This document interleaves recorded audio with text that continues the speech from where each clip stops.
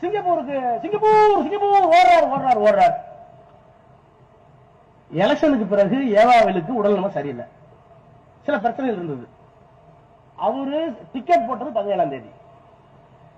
முட்டாள் முதலமைச்சர் அவர்களே, முட்டாள் முதலமைச்சர் விஜய் அவர்களே, please check your record IP, intelligence கூப்பிட்டு கேளு.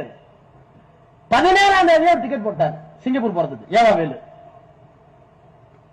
அவர் என்னைக்கு போகணும் டிக்கெட் போட்டார்னா 25ஆம் தேதி. 25ஆம் தேதி 11 மணிக்கு டிக்கெட் போடணும், ஆனா 6 மணிக்கு ரைடு. அப்ப 25ஆம் தேதி அன்னைக்கே ரைடு, அன்னைக்கே 11 மணிக்கு டிக்கெட் போட முடியாதுன்னு தள்ளி போட்டார். 2 நாள் கழிச்சு போனார். டிக்கெட் போட்டது 17, போக வேண்டிய 25 நீ ரைடு விட்டா, ரைடு எல்லாம் முடிச்சுட்டு உனக்கு கையெழுத்தெல்லாம் போட்டுட்டு ஒத்துழைப்பு கொடுத்துட்டு போதுமா எல்லாம் செக் பண்ணிட்டியா, உன் வேலையை நீ பாரு அப்படின்னு உடம்புக்கு போனா, நான் என்ன கேட்கிறேன், ஒரு முதலமைச்சருக்கு இன்டெலிஜென்ஸ் இருக்க தெரியாதா? ஒரு முதலமைச்சருக்கு யார் யார் எங்கெங்க இருக்காங்க எதுக்கு போறாங்கன்னு தெரியாதா? இவ்வளவு பெரிய மக்கள் இருக்கிறது வந்து பொய்யா பேசலாம், பொய்க்கு அலைவல்லையா? ஒரு முதலமைச்சர் பொய் சொல்லலாமா? வெக்கமா இருக்கு. காமராஜரும் அண்ணாவும் ராஜாஜி உட்கார்ந்த இடத்தில் ஒரு பொய்ய முதலமைச்சரா இருக்கிய கேட்டாரா? அவரு சட்டசபையில் கேட்டாரா? பார்ட்டி ஃபண்ட் சொன்னேன், எந்திரிச்சு ஓடுறாங்க. உன்ன லூசுங்கிறதா, முட்டாளுங்கிறதா, இல்ல கிறுக்குங்கிறதா, இல்ல பொய்யாங்கிறதா உனக்கு ஒண்ணும் புரியல. செக்ல இருக்கா டிவில பாரு, சந்திர ஒட்டி ஒண்ணும் பார்ட்டி பண்ண சொல்ற.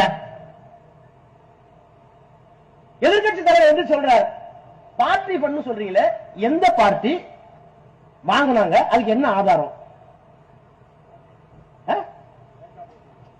கேட்கறாங்க சொல்றீங்க. நீங்க பார்ட்டி ஃபண்ட் கடந்த காலத்தில் வசூலித்தீர்கள் சொன்ன உடனே எந்த பார்ட்டி எந்த ஃபண்ட் கேட்டார், அதை சொல்ல வேண்டிய கடமை முதலமைச்சருக்கு இருக்குன்னு சொன்னார்.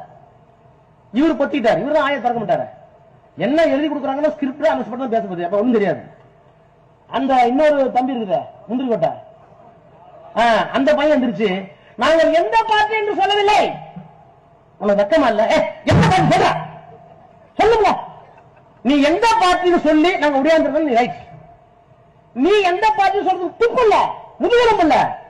முதுகெலும்பு இல்லாத முதலமைச்சரை வைத்துக் கொண்டு, அறவை காட்ட அமைச்சரை வைத்துக் கொண்டு ஏண்டான சபையை உட்கார்ந்து வெளியே வந்த இல்ல. என்ன வேணாலும் பண்ணீங்களா? பார்ட்டி ஃபண்ட் ஓடுனார் சிங்கப்பூர்.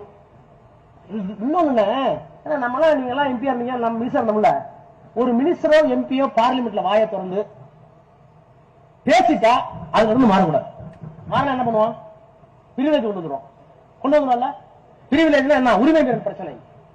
அவையில ஒண்ணு சொன்னார் ராஜா பழனிமாணிக்க இளையமைச்சர், அவையில ஒண்ணு சொன்னார், வெளியே போய் தப்பா பேசுறார். இது நாடாளுமன்றத்தை இழிவுபடுத்திய சமம். பிரிவிலேஜ் மோஷன் கொண்டு வந்துடுறாங்க. எனக்காக முடிஞ்சதோட ஒன்னே வந்து நாங்க மன்னிப்பு போக வேண்டியதான், தப்பா பேச விட்டுருக்க வேண்டியதான். இதானே நல்லா கவனிங்க, படிச்சு வந்துருக்கு, பிரஸ்ல வந்துருக்கீங்க. எனக்கு போவான், என்ன பண்ணி தொலைக்கிறது? ஐயா என்ன பண்றது?